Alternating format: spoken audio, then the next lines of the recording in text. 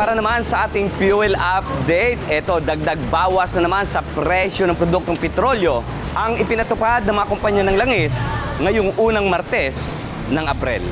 Nagpatupad ng dagdag bawas sa presyo ng mga produktong petrolyo ang mga kumpanya ng langis ngayong unang Martes ng Abril.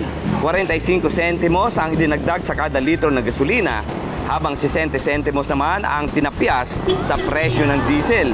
Binawasan din ng 1.5 kada litro ang presyo ng kerosene o gas.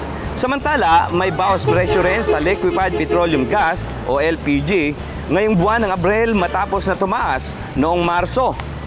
Piso kada kilo o 11 pesos ang tinapyas sa kada 11 kg cylinder tank, bunsod ng paggalaw ng international contract price ng LPG sa kasalukuyang buwan.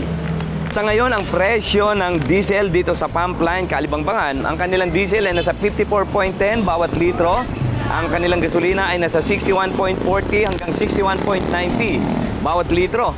At dito naman sa Petron, Mayapyap, ang kanilang diesel ay nasa 56.50. Ang kanila namang gasolina ay nasa 64.75 hanggang 65.75 bawat litro.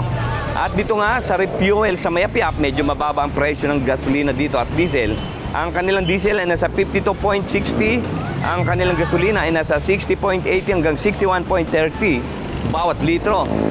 At dito naman sa Shell Crossing na ating kinatatayuan ngayon, ang kanilang diesel ay nasa 60.79 hanggang 68.49 bawat litro.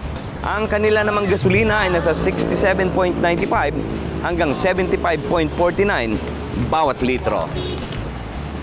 At yan ang ating fuel update kasama si Angel Mar Bumanlag, Smile Sopetran III, para sa Balitang Unang Sigaw.